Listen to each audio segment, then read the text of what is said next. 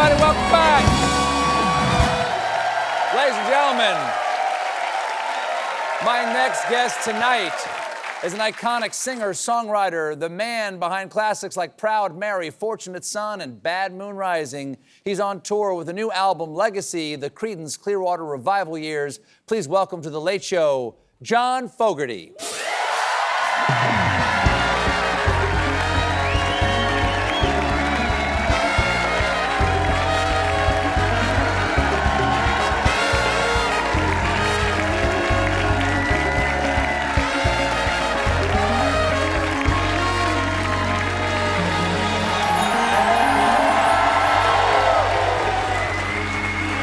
John, nice to see you. I long-time fan. I could sing every one of your hits. I won't waste everyone's time by doing that. I hope I can too. Yeah. Yes.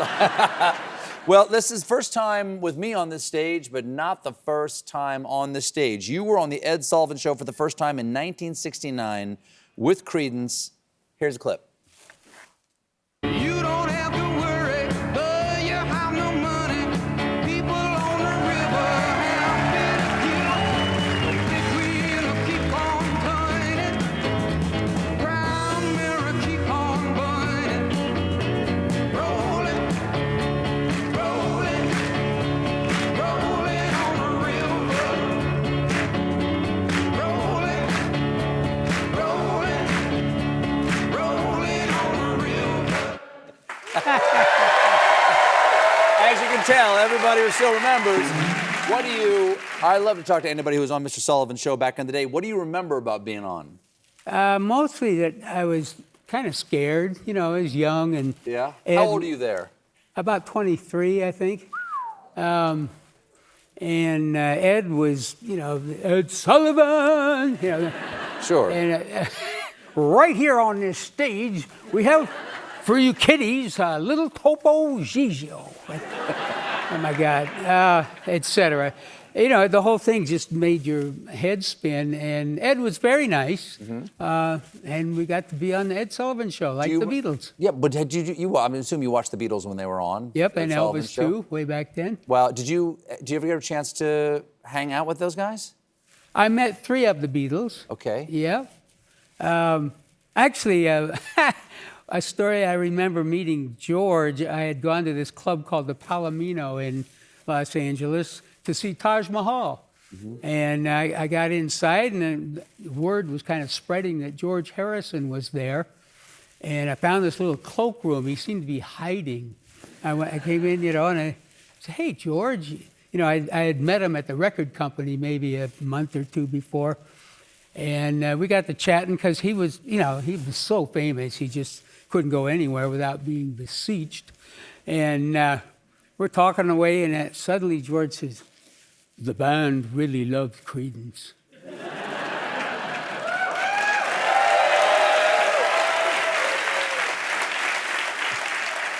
Where are you going to go with that? Exactly. Because the band is not any band. The band was the Beatles, and he was talking about me and Creedence. And those words have just stuck with me. Yeah, I didn't mean to be a name dropper, but holy mackerel. Please, drop away. Yeah. Now, these are happy days for you. This is a happy time for you. You turned 80 in May. Happy birthday. What's your birthday? What day is your birthday? 28th. 13th, sorry. I just thought maybe we had the same birthday, yeah. Something I could brag about. Okay. You got the new album right here. There is Legacy. That water? What is that? That's water. We can get something stronger if you want. No. Now, you're finally reunited with their music, which you now own the rights to. You've said getting the music back. You've said getting the rights back changes everything. What does it change for you? Well, it's funny. I think the first thing, you might be surprised to know, my self-esteem really changed. I put so much effort into creating those songs all those years ago. I mean, I really did that because I had to. It was life and death to me, at 23. You didn't have to do this. In 1969, you guys released 3 albums in 1 year. Proud Mary, Born in the Bayou, Keep On a Chuglin. Green River, Bad Moon Rising, Lodi, Down on the Corner, Fortunate Son, Midnight Special, The Next Year, Traveling Band, Looking Out My Back Door, Run Through the Jungle, Up Around the Bend, As Long as I Can See the Light, Who'll Stop the Rain, Have You Ever Seen the Rain, Hey Tonight, Sweet Hitchhiker, and Someday Never Comes. That's an explosion. That's not just writing. So now you have your catalog again. Yeah. Well, I always had felt, I mean, the songs, I worked really hard during that time. I mean, I was up, most of the night writing and all that. I was driven. I was manic, I wanted to get way up high. I refused to be mediocre.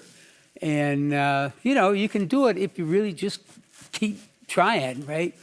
But kind of got snookered out of the ownership.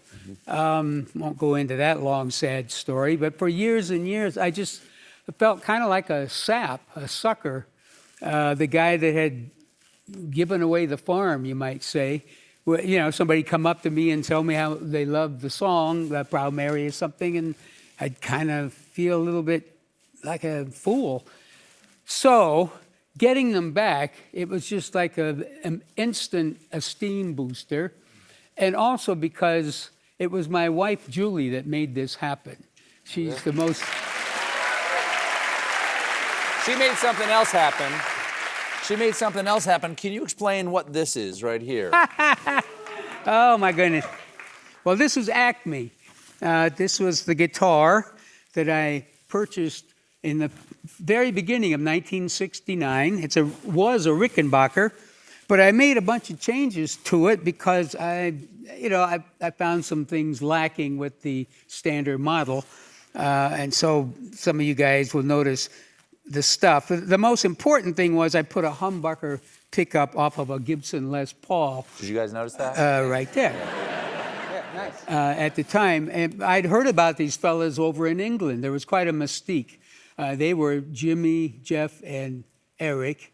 And sometimes I'll tell that story. Well, you guys are hip.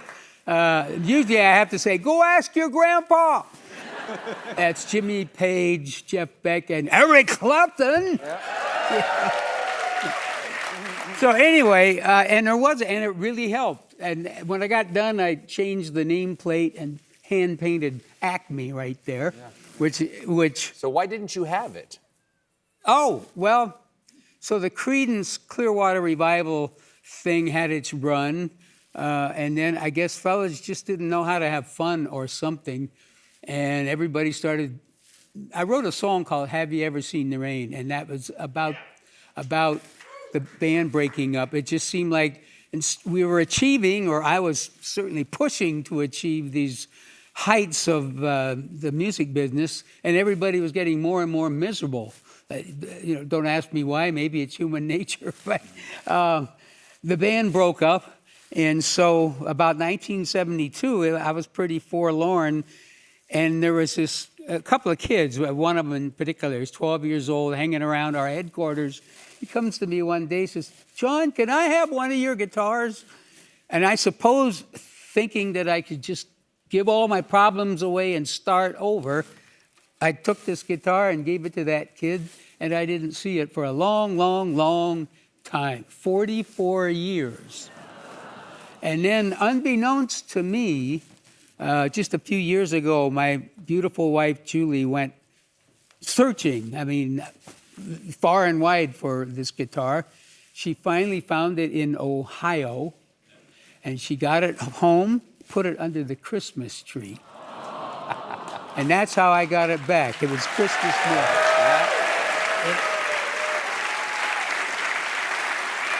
That's fantastic.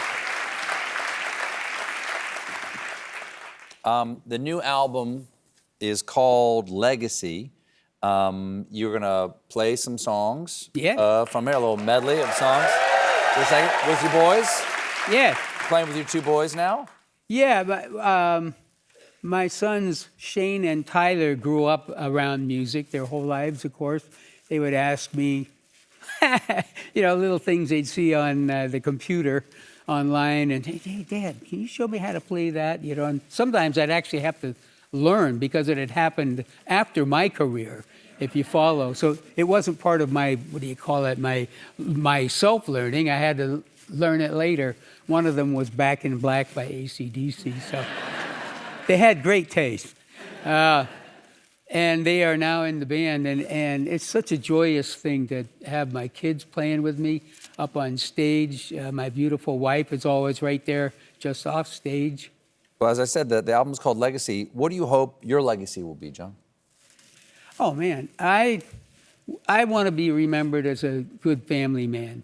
I want to be remembered. I hope I'm a great dad and husband. That's very important to me.